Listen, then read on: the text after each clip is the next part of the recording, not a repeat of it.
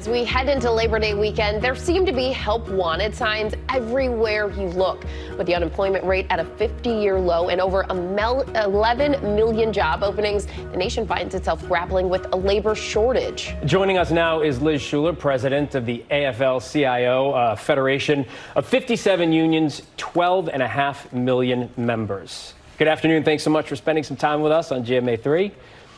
A new Gallup poll shows 71% of Americans polled approve of labor unions, the highest approval in this country in more than 50 years. However, only about 14 million U.S. workers are actually in a union. So how do you account for this disparity, and what are you trying to do to change it? Well, we're seeing an incredible rise in working people waking up and saying, you know what? We deserve better. We've come through this pandemic. We've made sacrifices. We've been working in unsafe environments and toxic work environments. We want more. And so that's why I think people are looking to unions for the first time in a long time in pretty much every job across the economy. And we are, despite the fact that our broken labor laws make it somewhat challenging to form a union, people are not standing by. They're ready to rise up, make their voices heard, and seek the change that they want in their workplaces by looking to unions. And Liz, to that point, we've seen headlines about companies like Starbucks and Amazon seeking to unionize. Do you think that this is because of the pandemic and that presented an opportunity to bring more members into unions? Or is this because of a labor shortage that's really given employees more power? Well, Janae, it's a little bit of both. Certainly people working in unsafe environments during the pandemic, it was risky for them to speak out because they often didn't feel protected and in some cases could lose their jobs if they sounded off the alarms.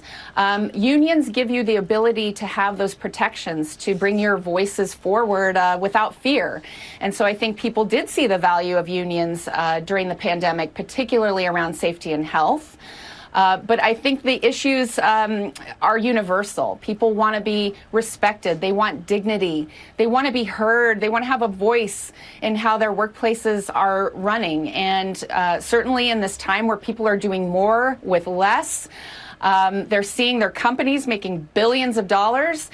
They just want a piece of that pie, and it's not too much to ask to be able to go to work safely, provide for your families, and have a secure future. Liz, it's hard these days to have any kind of conversation and not have politics creep into it. So I'll ask you this. The midterms are fast approaching. The House, Senate, by all accounts, could be up for grabs. What is the AFL-CIO doing to back candidates who will fight for issues important to your members?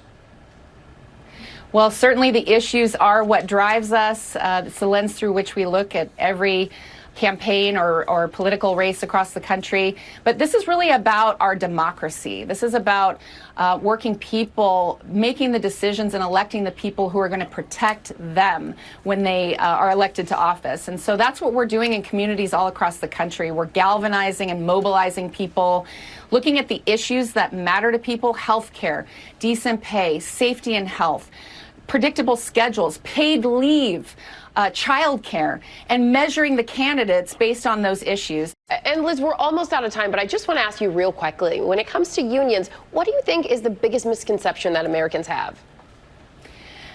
I get frustrated because people think, oh, unions, they were relevant, long ago when work was tough and dirty and unsafe, but we have laws today. We don't need unions. Far from the case. We are more relevant than ever.